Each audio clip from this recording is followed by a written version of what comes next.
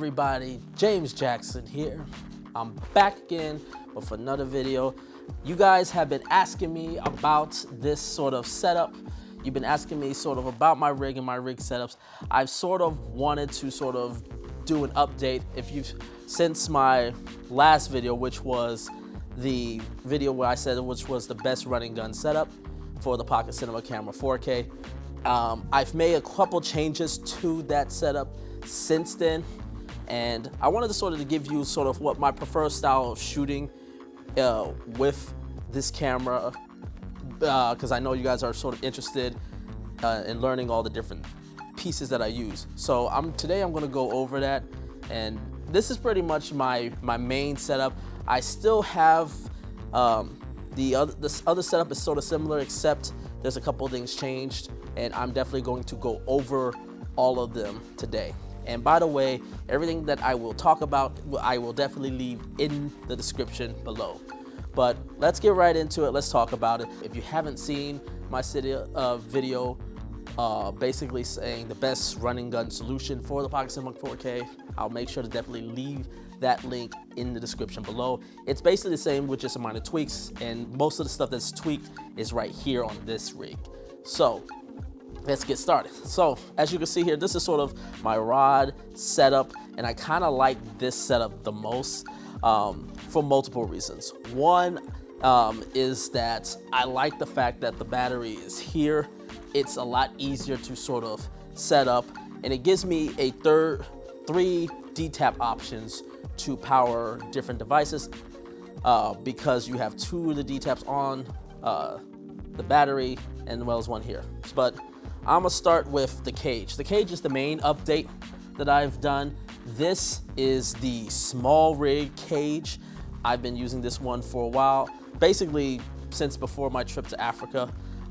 What I love about this rig is that it's pretty much fully Nato rail, so it is so quick and easy to use. Almost everything that I use here is a SmallRig setup outside the monitor. But the monitor holder here is the Nato rail version of the SmallRig monitor, and I like it because it's so quick to sort of adjust, and if I ever need to flip it over, it's easy to unscrew here and basically flip it over.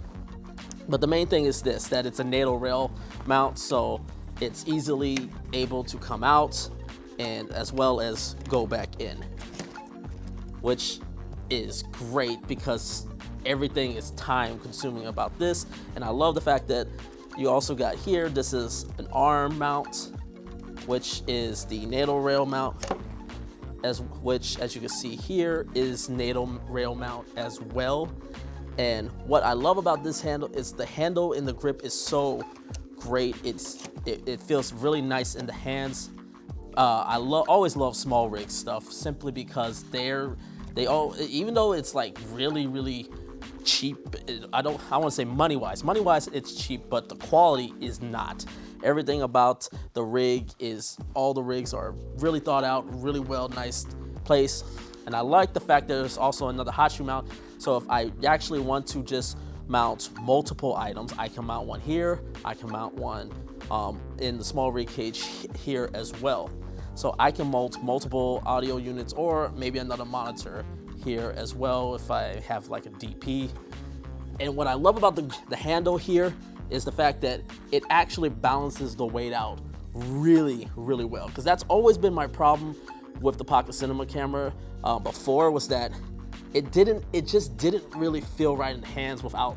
But once I got this side handle, it's like the weight is sort of really nicely distributed. One of the things that I constantly brought up is that the thing with everybody keeps talking about weight is always an issue with cameras, and it's really never weight.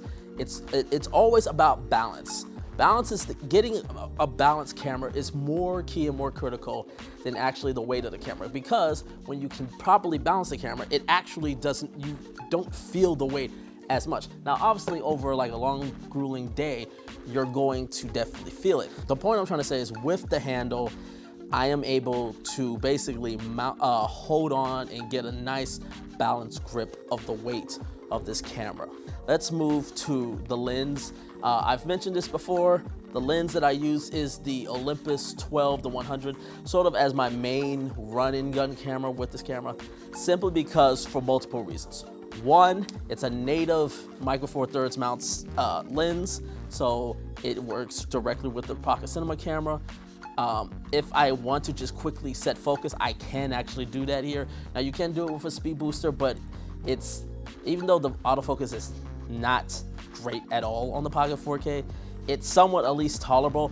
And the other really cool and important thing is that with the native lens, I can actually control the focus with my cell phone here with this Blackmagic Pocket Cinema Camera 4K app. You can get it for both the iOS as well as the Android. Now, I haven't used the iOS version, but from what I experienced, it's not nearly as good as an Android version. So if you do have like an Android phone, it works really well. And yes, you can pull focus with this camera, with that.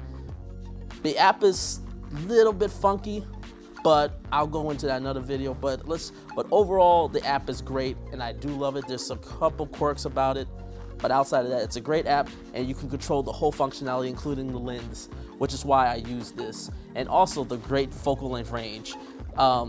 This is basically the equivalent of a 22 to 185 lens. So great zoom range, and you get about a constant f4. Most people say that's not enough. With the dual native ISO, it's definitely enough, and also because of IS. And the reason why the IS is important is we'll get to the battery in just a second, but I want to just show you guys real quickly the reason why I like this, the reason why I love this setup. With this, you get 3 points of contact. With the 3 points of contact and the lens, you're able to get really great handheld shots with very little micro jitters. It's a beautiful, like nice, solid system to work with, especially if you're planning to go handheld. That's the point. That's the thing I'm talking about. Balance weight and points of contact. So with the points of contact, I can able to move here and here, and then on the screen, I can see a lot better. So which brings me to the screen here, which is the Atomos Ninja Inferno. I've had this since my time with the Panasonic Lumix GH5, and I do have the Cine 5-inch monitor. I still prefer the 7-inch monitor, simply because even though the Pocket 4K has a really nice monitor, it's the pulling focus on it, for me at least. Again, your mileage may vary, but for me, pulling focus on this is so much more easier with the Atomos Ninja Inferno than trying to either do it natively with the camera or trying to look on the Cine 5-inch monitor. And also, I get the ability to see what my content could look like in HDR should I try to deliver my content in HDR.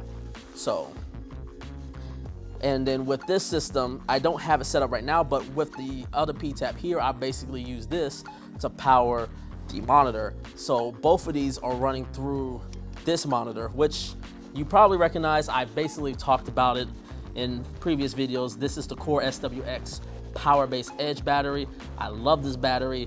With power running to this as well as the monitor, you're going to get about an hour and 20 minutes, and that's using 24p. But keep in mind, this monitor takes a whole lot of power to use, because when you're not powering the monitor through the battery, it actually can last the camera up to 3 hours and 20 minutes. Now, the way I have it run typically is in here running into the LEMO socket of the camera. And the reason why I use that is because I actually keep the battery in here, and when it's plugged in that way, it actually charges the battery, the internal battery. So whenever this goes and I need to swap it out with another battery, this can still run, so I'm not losing any time. So I could just take that out and then put this on and put a new battery on, and I don't lose any footage, I don't lose any time or anything. With the PowerBase H, it's connected to this, I believe this is the Camtree V-mount plate that you can go to 15mm rods. So that's what's using that. And then as you can see on this side here, it's got multiple outputs. It's got an 8 volt, a 12 volt, a 14 volt, a 15 volt D-tap, and another 12 volt, a 12 volt DC out.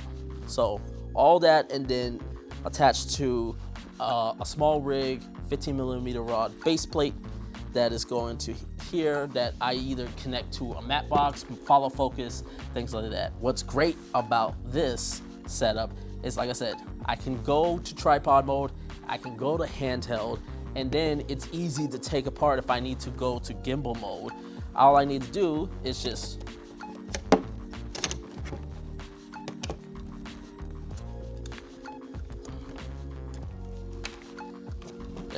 But yeah, so now I pretty much can go in and mount this to a gimbal. If I want to just switch this to gimbal mode, I still can mount. And then with this cage also, the reason why I like this over the shape cage is because there's actually 1/4 holes on this side over here that allows me to sort of offset everything. And I can put more weight on this side so I can offset all the weight that's going over here. Like I said, easy setup, easy to go, and I can basically be able to maneuver through a lot of things. So this is basically pretty much my sort of new sort of running gun setup. The other way I do it is pretty much similar to how I had it before.